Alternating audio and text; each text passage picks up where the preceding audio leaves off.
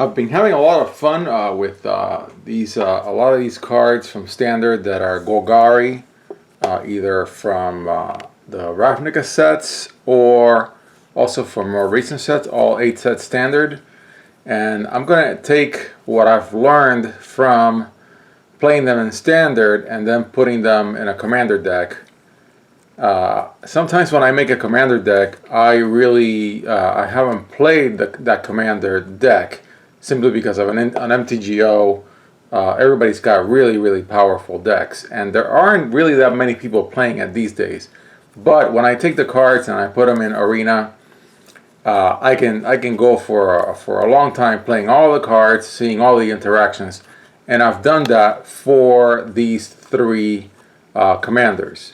Now I think the build's going to be Storrev, and then these 2 cards are going to be in the build, and then also it's going to be an Umori build. So I'm going to have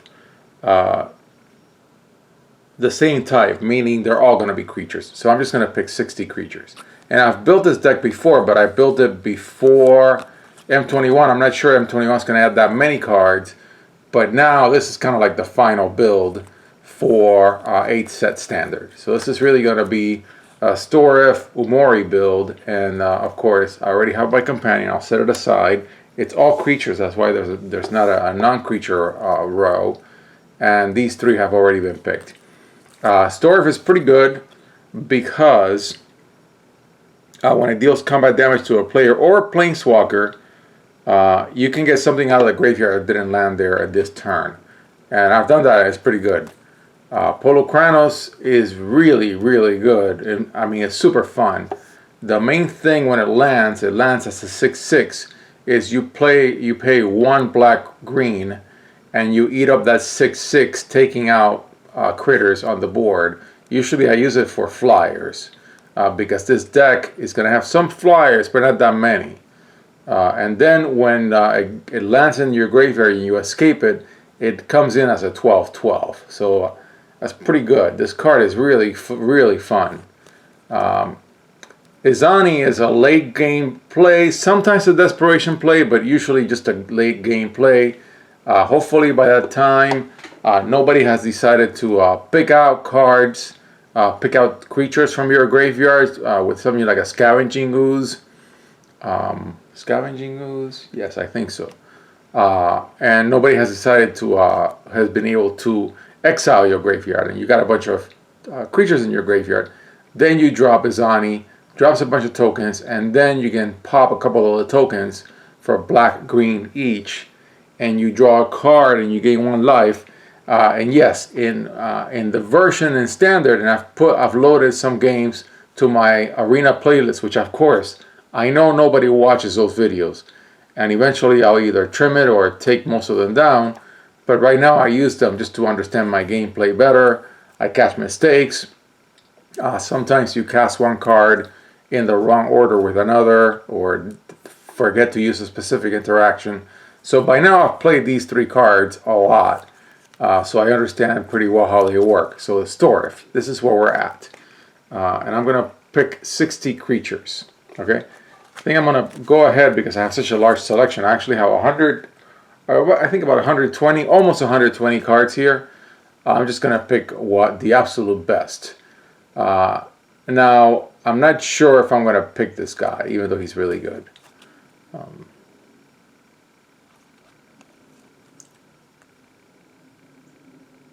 Yeah, nice. It's a flyer, so I'll pick it. And also it's got you can look at somebody's hand thing after you sag it. Yep. I always want to use Ginger Brew because he's so awesome and cannot be blocked. But I'm not on equipment. He's only going to be a 1/1/1. It's nice to use Death Touch, so yes. Flying, absolutely. So anything that's flying, Death Touch, counters, gets big, I'll pick him right now. Clearly a graveyard card, and I've bitten into this by killing it. And then what happens? Well, if you cast it from your graveyard, you can create a 5/5 black demon creature. So that's, yeah, I've had that happen against me. Very good. Nice. It's got the ability to create tokens late game, and it's got an naturalized stable on it, so I'll pick it. Death Touch, another Death Touch. Yeah, you draw a card, lose 1 life. I mean, the adventure cards are just fantastic. I can't get tired of them. Another Death Touch critter, but I'm gonna pass on it. This one, yes, for sure. Death Touch and Lifelink. Yeah. Can be played from the grave. I mean, can be returned from the graveyard to your hand by itself. Very good. When it dies, deals 2 damage to each opponent, you gain 2 life. I mean, this is a really good 1-drop. The cat, of course, I think it got banned in standard. But I don't have enough foods in this deck, I think, so I'm going to pass on it. And this guy is great, but I don't really have a lot of things that I want to do late game, even though it's got reach. Okay. Again, and some of these cards are they're not in the constructed standard deck, because there's only so many things you want to do, and you want to maximize those other things. And Commander's a different game, because you're picking more cards, just 1 of each. Yeah, I'll pick it. Counters. There he is. Or it is a Scavenging Ooze. Absolutely. Must be in this deck. Yep. I'll take some Mana Dorks. If you control another creature with power 4 or greater, put a counter. Counter is the key operating word. Yes. Not in this deck. I'm not on tokens. I'll be creating tokens, but it gets counters out of tokens. I want it. Yeah. Yep. And I think I will be creating tokens. Well, although I'm not sure. The density is not there. Flyer cannot block, but I can get something from the graveyard to my hand. Yes. Absolutely. Kills flyers. Very good to kill flyers. Because when it comes in, it's got its own fight trick. Yep. Very good card. Seeds the graveyard, absolutely. And gets you a land out of your graveyard, in case you missed it, a land drop. Very useful for mana stabilization.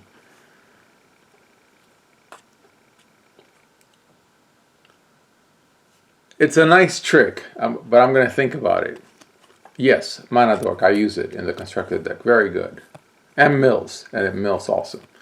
Don't have it in standard, but it's a very good card. And you can use it as a tutor. So yeah, absolutely. It's in.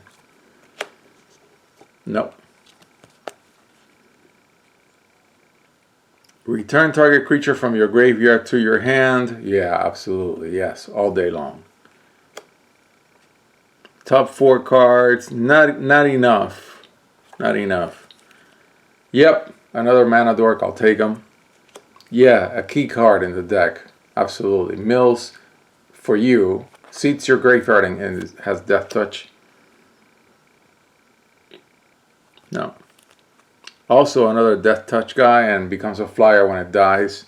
Definitely. Creates a bunch of rats, can take control of an opponent's creature. Yes. Okay, so I've picked a lot. I'm going to have to be super picky. This is a great selection of cards. Target player shuffles any number of target cards from their graveyard into their library. No, I don't think so. I need cards in my graveyard for Polukranos. I'm not on super mega land drops. I'm not sure that I'll be able to use this card. Yeah, stapled natural ice. I'll take it. Yeah, keep adding counters. I'll take it too. Big dude with counters. I'll take them, yes. Another Mana Dork. Yeah, I'll take them. It's got Menace, 3, 4, 5. Nah, but I don't want to give my opponents Death Touch. I'm going to pass. Another great card, because if you gain 3 or more life, you can return it from the graveyard to the battlefield tap. That's good. Yes, gets a bunch of counters, auto include. Protection from Planeswalker, pings the planeswalkers to death, and it gains its own indestructible for 3. I'll take it. Yep, when it mutates, it gets counters. I'll take it as well. Kill stuff and it has lifelink. I'll take it as well. Death touch lifelink, auto include, and you can use it as a mana dork. Yeah, it's a great way to take out a bunch of critters.